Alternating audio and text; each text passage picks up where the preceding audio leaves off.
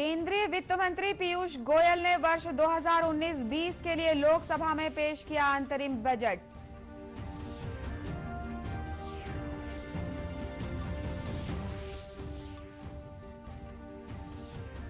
प्रधानमंत्री किसान सम्मान निधि योजना के तहत 2 एकड़ से कम भूमि वाले किसानों को सालाना 6,000 रुपए की मिलेगी मदद।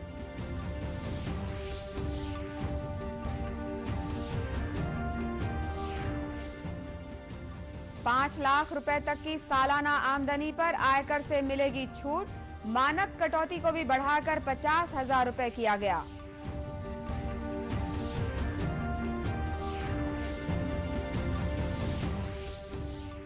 और बजट में वर्ष 2030 तक के लिए 10 सूत्रीय विजन की घोषणा। $10 ट्रिलियन की होगी भारतीय अर्थव्यवस्था।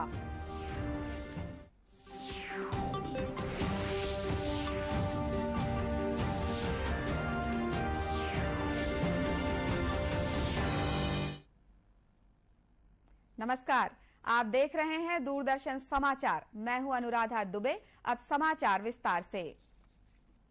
केंद्रीय वित्त मंत्री पीयूष गोयल ने आज लोकसभा में वित्तीय वर्ष 2019-20 के लिए 27 लाख 84 करोड़ रुपए का अंतरिम बजट पेश किया। बजट में किसानों, मजदूरों, महिलाओं, सरकारी कर्मचारियों और मध्यम वर्ग को राहत देते हुए कई बड़ी घोषणाएं की गई हैं। वित्त मंत्री ने कहा कि देश वर्ष 2022 तक नए भारत के निर्माण का सपना साकार करने की दिशा में बढ़ रहा है और सरकार ने देशवासियों के लिए दीर्घकालिक प्रगति की नींव डालना सुनिश्चित किया है। उन्होंने कहा कि सरकार वर्ष 2022 तक किसानों की आमदनी दोगुनी करने के लिए वचनबद्ध है। श्री गोयल ने कहा कि छोटे और सीमांत किसानों को समर्थन देने और उनकी आय बढ़ाने के उद्देश्य से प्रधानमंत्री किसान सम्मान निधि योजना शुरू की गई है। इसके तहत 2 एकड़ से कम भूमि वाले किसानों को सालाना 6,000 रुपए की आर्थिक मदद दी जाएगी। ये राशि प्रत्यक्ष अंतरण के माध्यम से किसानों के खाते में जमा होगी। Support to the poor land holder farmer families in the country for procuring inputs such as seeds, fertilizers, equipment, labor, and to meet other needs. Such support will help them in avoiding indebtedness as well and falling into the clutches of money lenders. Shri Goyal ने कहा कि गायों के नस्ल सुधार के लिए सरकार कामधेनु योजना शुरू करेगी। राष्ट्रीय कामधेनु आयोग भी बनाया जाएगा। ये आयोग गायों के लिए कानूनों को प्रभावी रूप से लागू करने और कल्याणकारी योजनाओं के कार्य को भी देखेगा। पशुपालन और मछली पालन के लिए कर्ज लेने पर 2% की छूट दी जाएगी। वित्त मंत्री ने व्यक्तिगत करदाताओं को राहत देते हुए कहा कि बजट में आयकर छूट की सीमा 5 लाख रुपए की गई है। वहीं आयकर की वर्तमान दरों में कोई बदलाव नहीं किया गया है। इस घोषणा से करीब 3 करोड़ मध्यम वर्गीय परिवारों को फायदा मिलेगा। Individual taxpayers having taxable annual income up to ₹5 lakhs will get full tax rebate.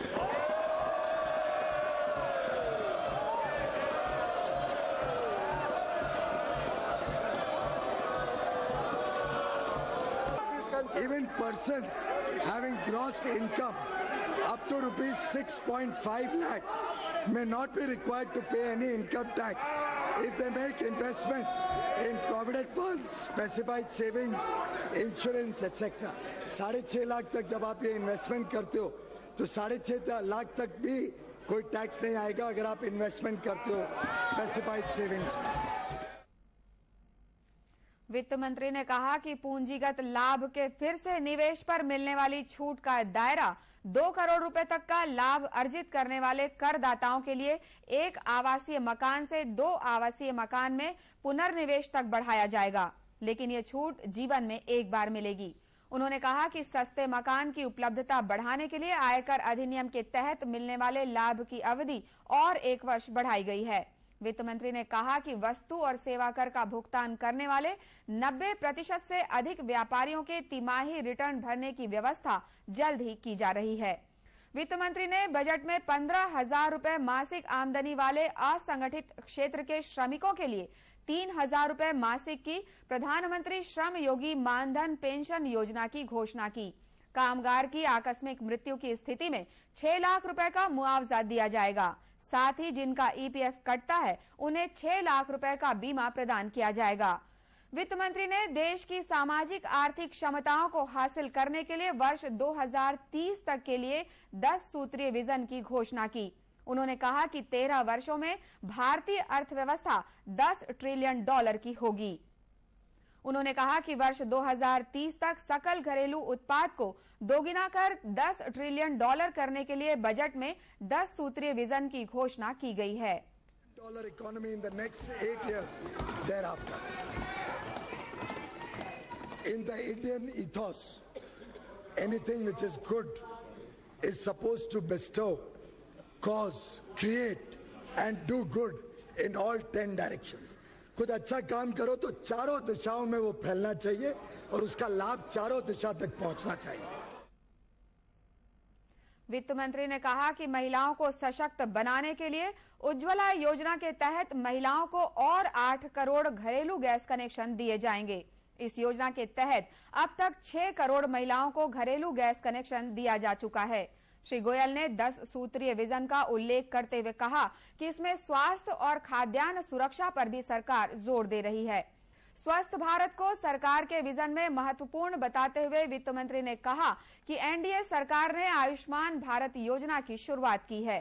2030 तक सबकी मुफ्त स्वास्थ्य देखभाल और व्यापक स्वास्थ्य प्रणाली का लक्ष्य हासिल किया जाएगा। उन्होंने कहा कि खाद्यान्न की दृष्टि से भारत को आत्मनिर्भर बनाना सरकार के विजन में महत्वपूर्ण है। To meet their food needs and producing food in the most organic way is the 8th dimension of our vision. High farm production and productivity will be achieved through modern agricultural practices and value addition.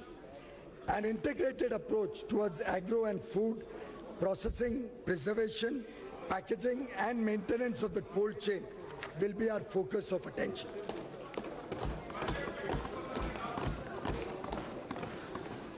A healthy India is the 9th dimension of our vision. We will be aiming at healthy society with an environment of health assurance and the support of necessary infrastructure. Our government has rolled out the Ayushman Bharat scheme.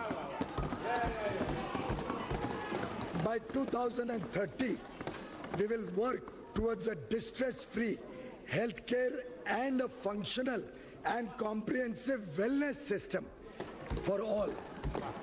Such a healthy India, built with the participation of women, having equal rights and concern for their safety and empowerment.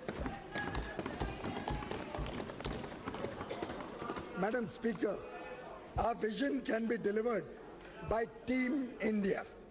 Our employees working together with the elected government, transforming India into a minimum government, maximum governance nation. This is the 10th dimension. Our India of 2030 will have a proactive and responsible bureaucracy which will be viewed as friendly to the people. With this comprehensive 10-dimensional vision, we will create an India where poverty, malnutrition, littering and illiteracy would be a matter of the past. India would be a modern, technology-driven, high-growth, equitable and transparent society. केंद्रीय वित्त मंत्री ने कहा कि budget में मनरेगा योजना के लिए 60,000 करोड़ रुपए आवंटित किए गए हैं। श्री गोयल ने बताया कि प्रधानमंत्री आवास योजना के तहत 1 करोड़ 53 लाख आवास बनाए गए हैं। राजधानी रायपुर स्थित बलबीर सिंह जुनेजा इंडोर स्टेडियम में 3 दिवसीय लइका मड़ई का आयोजन किया गया। मुख्यमंत्री भूपेश बघेल समापन समारोह में शामिल हुए। इस अवसर पर उन्होंने स्कूली बच्चों के साथ जमीन पर बैठकर छत्तीसगढ़ के परंपरागत खेल गोटा खेलकर और भौरा चलाकर उत्साहवर्धन किया। कार्यक्रम को संबोधित करते हुए मुख्यमंत्री ने कहा कि राज्य के हर गांव में विभिन्न विधाओं में प्रतिभावान और हुनरमंद बच्चे हैं। ऐसे आयोजनों से उनकी छिपी प्रतिभा को उभारने और निखारने का मौका मिलता है। उन्होंने कहा कि हमारी परंपरा, संस्कृति, शिक्षा और खेल के साथ बच्चों के व्यक्तित्व का समग्र विकास करने के लिए लइका मड़ई एक सशक्त माध्यम है। मुख्यमंत्री ने इस अवसर पर नगर निगम रायपुर को स्वच्छता और अधिक बढ़ाने के लिए 25 करोड़ रुपए देने की घोषणा की। नगरीय प्रशासन मंत्री डॉक्टर शिव कुमार डहरिया ने कार्यक्रम को संबोधित करते हुए कहा कि मड़ई मेला हमारी प्राचीन संस्कृति है। प्रदेश में धान कटाई के बाद उत्साह से ग्रामीण अंचलों में मड़ई मेले का आयोजन किया जाता है। इसी कड़ी में स्कूलों और महाविद्यालयों में लइका मड़ई का आयोजन किया जा रहा है। समापन अवसर पर मुख्यमंत्री ने उत्कृष्ट प्रदर्शन करने वाले बच्चों को पुरस्कृत किया। मुख्यमंत्री भूपेश बघेल ने विद्यार्थियों को लक्ष्य प्राप्ति के लिए आत्म अवलोकन कर आगे बढ़ने और अपनी कमजोरी को अवसर में बदलने की नसीहत दी है। श्री बघेल भिलाई स्थित डॉक्टर खूबचंद बघेल शासकीय स्नातकोत्तर महाविद्यालय के वार्षिक स्नेह सम्मेलन को संबोधित कर रहे थे।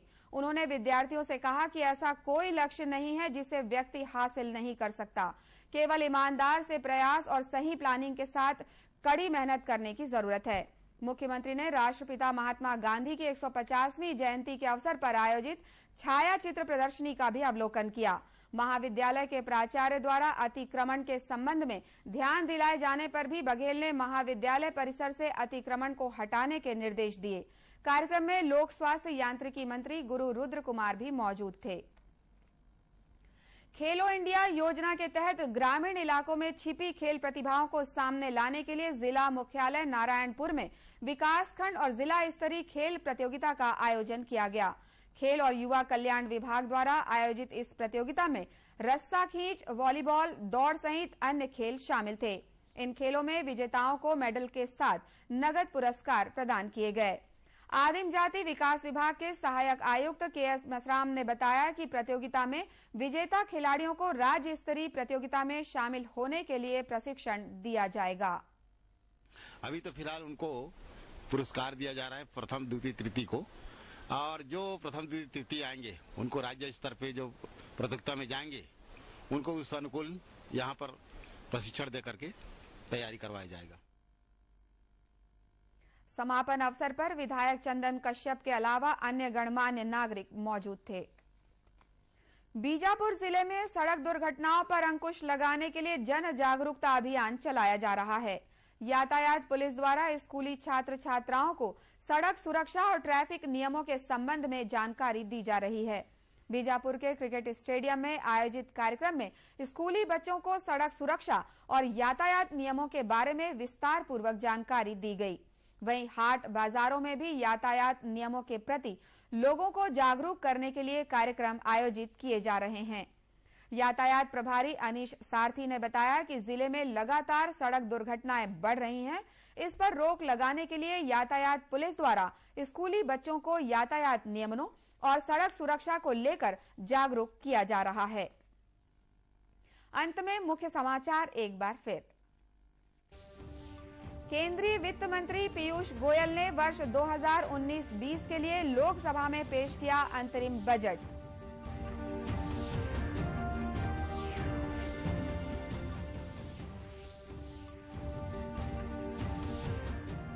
प्रधानमंत्री किसान सम्मान निधि योजना के तहत 2 एकड़ से कम भूमि वाले किसानों को सालाना 6,000 रुपए की मिलेगी मदद।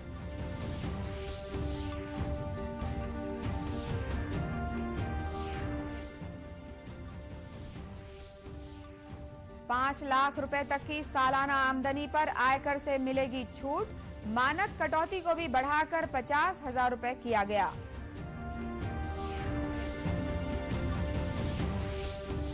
और बजट में वर्ष 2030 तक के लिए 10 सूत्रीय विजन की घोषणा। $10 ट्रिलियन की होगी भारतीय अर्थव्यवस्था। इसी के साथ ये समाचार बुलेटिन समाप्त हुआ। नमस्कार।